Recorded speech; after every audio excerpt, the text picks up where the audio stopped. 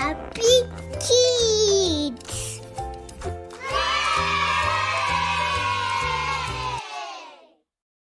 ባለፈው በክፍል 1 ቪዲዮአችን ኢየሱስ በታላቅ ክብር ወደ ኢየሩሳሌም ሲገባ ከመሞቱ በፊት ከደቀ መዛሙርቱ ጋር የመጨረሻውን ራት ሲበላ ተመልክተን ነበር። ዛሬ ደግሞ የዚህ ታላቅ ታሪክ ሁለተኛ ክፍል ይዘንላችሁ መጥተናል። በዚህ ምሽት ግን ሁኔታዎች ሁሉ ተለወጡ። ያ ዝማሬና ደስታ ጠፋ። ይልቁንም በኢየሩሳሌም ኮረብታዎች ላይ የክደት፣ የጭካኔ፣ የሞት ጥላ ማጥላት ጀመረ። ኢየሱስ በደሙ ፋንታ ላቡ ለምን እንደ ደም ፈሰሰ? የቅርብ ጓደኛው በመሳም ለምን አሳልፎ ሰጠው? እናም ያለምንም ጥፋቱ በመስቀል ላይ የዋለው ለምንድን ነው? ዛሬ የዓለምን ታሪክ ለዘላለም የቀየረውን ያንን አስፈሪና አስገራሚ የሕማማት ጉዞ በዝርዝር እናያለን። እስከ መጨረሻው አብራችሁን ቆዩ።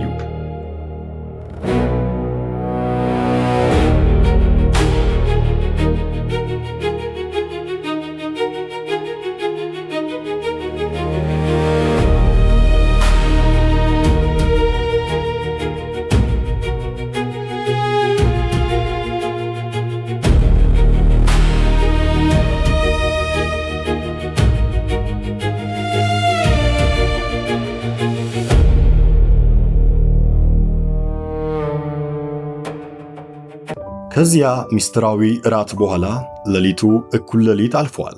በኢየሩሳሌም ጎዳናዎች ላይ ጸጥታ ሰፍኗል። ኢየሱስና ደቀ መዛሙርቱ መዝሙር እየዘመሩ ከከተማዋ ወጥተው የቄድሮንን ሸለቆ ተሻገሩ። የሄዱትም ሁልጊዜ ወደሚጸልዩበት በደብረ ዘይት ተራራ ግርጌ ወደሚገኘው ጌተሰማኒ ወደ ተባለው የአታክልት ስፍራ ነበር። ኢየሱስ ሊደርስበት ያለውን መከራ የሚጠበቀውንም ስቃይና የዓለምን ኃጢአት ሁሉ ሊሸከም መሆኑን ስላወቀ ነፍሱ እጅግ ተጨነቀች። ፍርሃትና ጭንቀት ከበውትም ነበር። ወደ አታክልቱ ስፍራ ሲገቡ ኢየሱስ ሌሎቹን ደቀ መዛሙርቱን እኔ ወደዚያ ሄጄ እስክጸልይ ድረስ እናንተ እዚሁ ተቀመጡ አላቸው። ነገር ግን በችግሩ ሰዓት ከጎኑ እንዲሆኑ ሦስቱን የቅርብ ደቀ መዛሙርቱን ማለትም ጴጥሮስን፣ ያዕቆብንና ዮሐንስን ለብቻቸው ይዞ ጥቂት ፈቀቅ አለ። ኢየሱስ ፊቱ ተለወጠ፣ በሐዘንም ተመታ። ለሦስቱ ጓደኞቹ እንዲህ አላቸው፣ ነፍሴ እስከ ሞት ድረስ እጅግ አዘነች። ከእኔ ጋር እዚሁ ቆዩ፣ ትጉ፣ አትተኙ አላቸው። ነገር ግን ታላቁን የድል ጽዋ የሚጠጣው ብቻውን ነበር። ኢየሱስ ከእነርሱ የድንጋይ ውርወራው የሚያህል ርቀት ራቅ አለና በምድር ላይ በግንባሩ ተደፍቶ መጸለይ ጀመረ። ይህ ጸሎት የቃላት ድርድር ሳይሆን የነፍስ ትግል ነበር።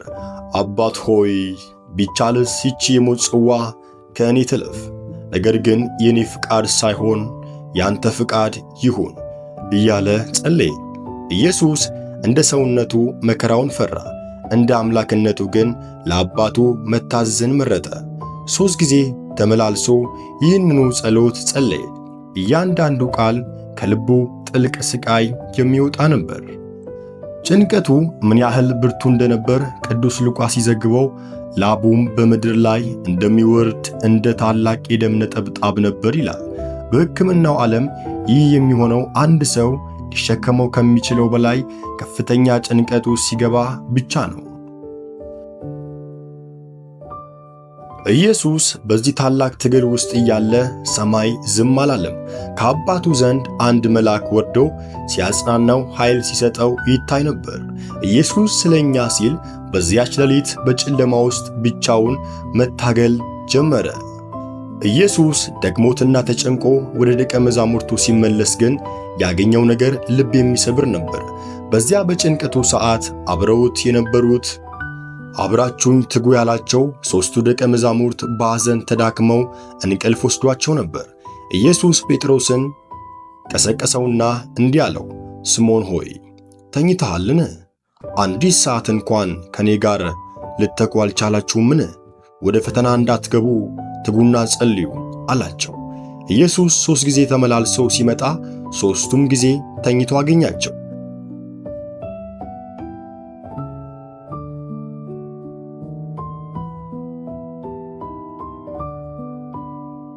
ኢየሱስ ደቀ መዛሙርቱን ከእንቅልፋቸው ቀስቅሶ ተነሱ፣ እንሂድ፣ አሳልፎ የሚሰጠኝ ቀርቧል ገና ማለቱ ነበር። በድንገት የአታክልቱ ስፍራ ጸጥታ በችቦ ብርሃን በብዙ ሰዎች ኮቴ ተረበሸ። የካህናት አለቆችና የሕዝብ ሽማግሌዎች የላኳቸው ጭፍሮች ሰይፍና ዱላ ይዘው መጡ። ከጭፍሮቹ ፊት ይሁዳ ነበር። ይሁዳ አስቀድሞ እኔ የምስመው እርሱ ነው ያዙት ብሎ ምልክት ሰጥቷቸው ነበር። ወደ ኢየሱስም ቀርቦ መምህር ሆይ ሰላም ላንተ ይሁን ብሎ ሳመው። ኢየሱስ ግን በታላቅ ሐዘንና ትሕትና ይሁዳ ሆይ በመሳም አሳልፈህ ትሰጠኛለህን? አለው። ደቀ መዛሙርቱ ሁኔታውን ሲያዩ ደነገጡ። ጴጥሮስም ጌታውን ለማዳን ሰይፉን መዞ የሊቀ ካህናቱን ባሪያ የአማልኮስን ጆሮ ቆረጠው። ኢየሱስ ግን ሰይፍህን ወደ ስፍራው መልስ፣ ሰይፍ የሚያነሱ ሁሉ በሰይፍ ይጠፋሉ በማለት ከለከለው። የተቆረጠውንም ጆሮ ነክቶ ፈወሰው። ጠላቶችን እንኳን የሚምር ንጉሥ መሆኑን በዚህ የመከራ ሰዓት አሳየ። ከዚያም ጭፍሮቹ ኢየሱስን ይዘው አሰሩት። ደቀ መዛሙርቱም ሁሉ ኢየሱስን ጥለው ሸሹ።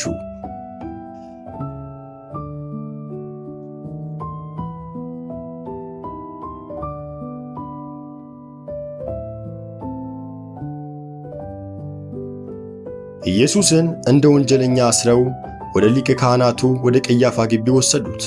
ሌሊቱ በግርግርና በውጥረት ተሞልቶ ነበር። የሃይማኖት መሪዎች ኢየሱስን የሚገድሉበት ሰበብ ይፈልጉ ነበር። ብዙ የሐሰት ምስክሮችን አቀረቡ። ሆኖም ምስክርነታቸው ሊገጥም ወይም ሊያሸንፍ አልቻለም ነበር። በመጨረሻም ቀያፋ ተነስቶ በሕያው እግዚአብሔር አውግዛሃለሁ፣ የእግዚአብሔር ልጅ ክርስቶስ አንተ ነህ ብሎ ጠየቀው። ኢየሱስም በታላቅ ግርማ እንዲህ ሲል መለሰለት፣ አንተ አለ። ደግሞም የሰው ልጅ በኃይል ቀኝ ሲቀመጥ በሰማይም በደመና ሲመጣ ታያላችሁ ሲል ኢየሱስ መለሰለት። በዚህ ጊዜ ቀያፋ ተሳደበ ብሎ ልብሱን ቀደደ። በዚያም የነበሩትን ሁሉ ፊቱ ላይ ተፉበት፣ በጡጫም አሉት፣ መቱት። ዓይኑን ሸፍነው ማን እንደመታ ታውቃለህ? እስቲ ትንቢት ተናገር እያሉ ይዘብቱበት ይሰድቡትም ነበር።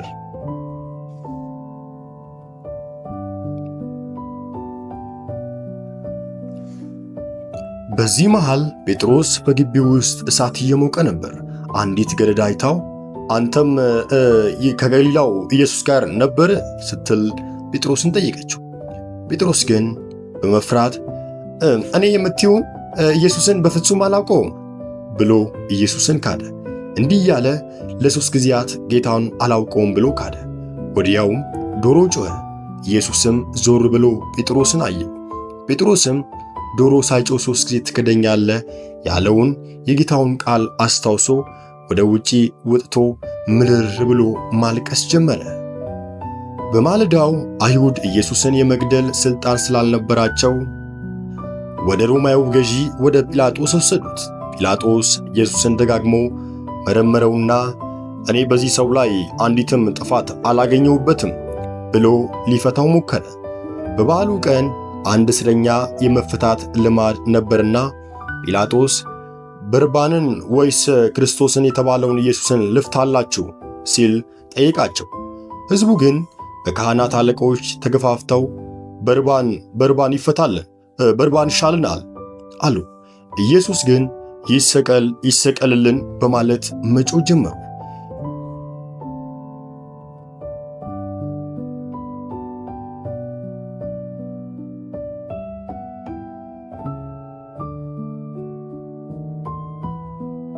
ጲላጦስም ዓመፅ እንዳይነሳ ፈርቶ እጁን በውሃ ታጠበና እኔ ከዚህ ጻድቅ ሰው ደም ንጹሕ ነኝ በማለት ኢየሱስን ለግርፋትና ለስቅላት አሳልፎ ሰጠው።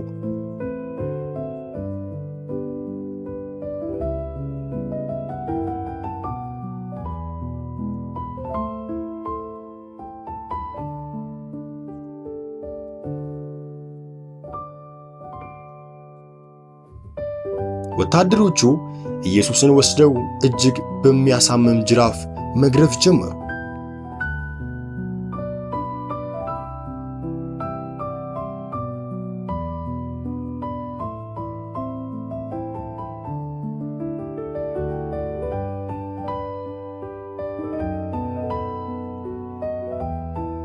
ከዚያም ከሾክ የተሠራ አክሊል በራሱ ላይ ደፉበት፣ ቀይ ልብስም አለበሱት። የአይሁድ ንጉሥ ሆይ ሰላም ላንተ ይሁን እያሉ እየተፉበት እየመቱት በራሱ ላይ በሸንበቆ እየመቱ ዘበቱበት፣ ተሳደቡት፣ እጅግም መቱት።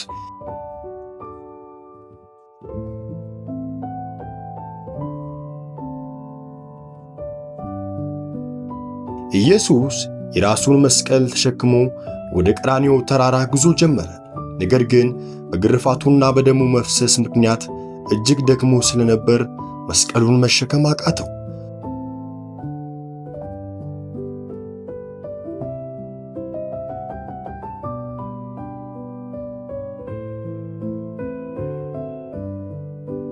በዚያን ጊዜ ስምዖን የተባለ የቀሬና ሰው መስቀሉን እንዲሸከም አስገደዱት።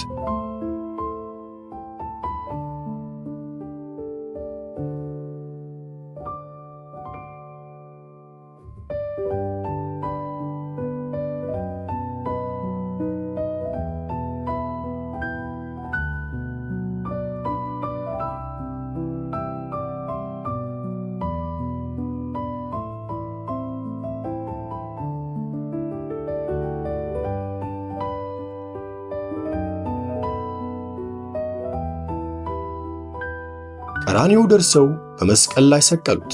በግራና በቀኙም ሁለት ወንበዴዎችን ሰቀሉ። ኢየሱስ በመስቀል ላይ ሆኖ እንኳን ለገዳዮቹ አባት ሆይ የሚያደርጉትን አያውቁምና ይቅር በላቸው ብሎ ጸለየ።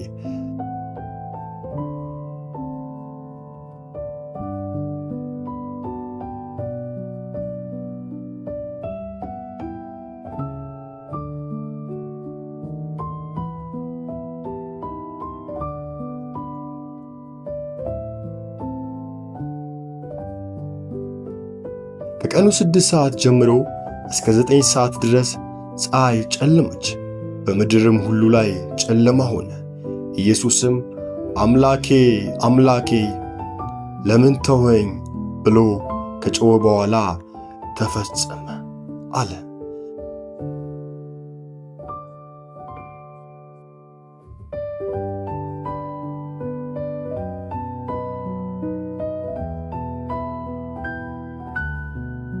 ነፍሱንም ሰጠ።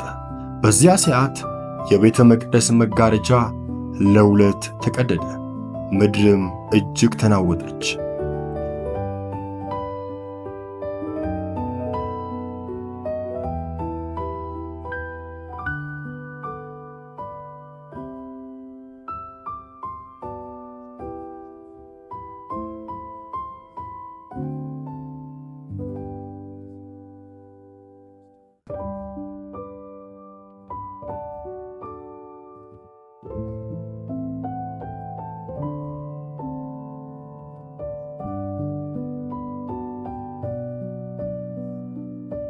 ኢየሱስ በመስቀል ላይ ከሞተ በኋላ ዮሴፍ የተባለ አንድ ባለጸጋና ወደ ጲላጦስ ሄዶ የኢየሱስን ሥጋ ለመነ። ጲላጦስም ፈቀደለት። ዮሴፍና ኒቆዲሞስ የኢየሱስን ሥጋ በንጹሕ በፍታ ከነሽቶ ገነዙት።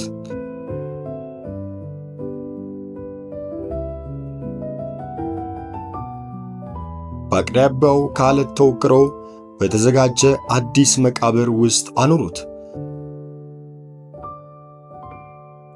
በትልቅ ድንጋይም የመቃብሩን አፍ ዘጉት።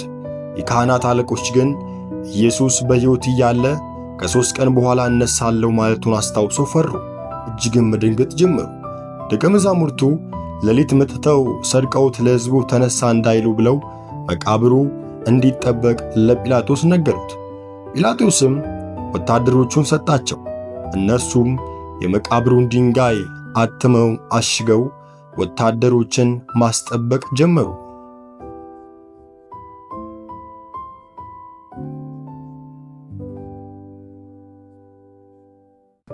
ሰንበት አልፎ በሳምንቱ መጀመሪያ ማለትም እሁድ በማለዳ ገና ጨለማ ሳለ ድንገት ምድር በታላቅ ኃይል ተናወጠች። የእግዚአብሔር መልአክ ከሰማይ ወረደ፣ ድንጋዩንም ከመቃብሩ አፍ ላይ አንከባሎ በላዩ ተቀመጠ። መልኩ እንደ መብረቅ፣ ልብሱም እንደ በረዶ ነጭ ነበር።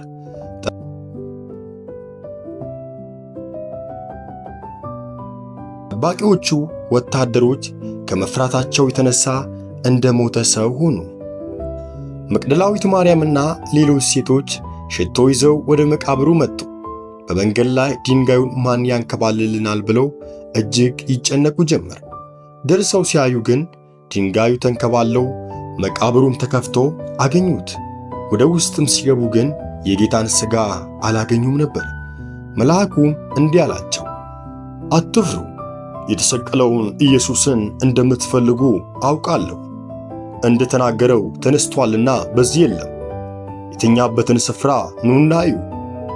ሴቶቹ በታላቅ ደስታና በፍርሃት ደቀ መዛሙርቱ ለመንገር መሮጥ ጀመሩ።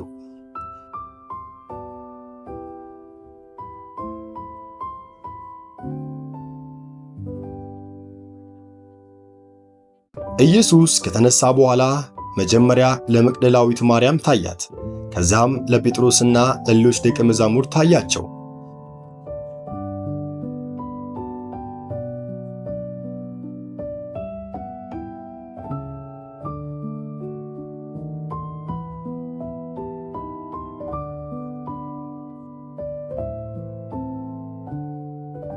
ልጆች፣ የዛሬው ታሪካችን የሚያስተምረን ትልቁ ነገር ምንድን ነው? ኢየሱስ ክርስቶስ ሞትን ድል አድርጎ ተነስቷል። ጨለማው በብርሃን ተሸፍኗል። ኢየሱስ መቃብር ውስጥ አልቀረም። እርሱ ዛሬም ሕያው ነው። ይህ ትንሣኤ ለእኛ ትልቅ ተስፋ ነው። ኢየሱስ ሞትን ስላሸነፈ እኛም በእርሱ የምናምን ሁሉ የዘላለም ሕይወትን እንዳለን አውቀን በደስታ እንኖራለን። መስቀሉ የፍቅሩ መገለጫ እንደሆነ ሁሉ ትንሣኤው ደግሞ የኃይሉና የድሉ ምልክት ነው።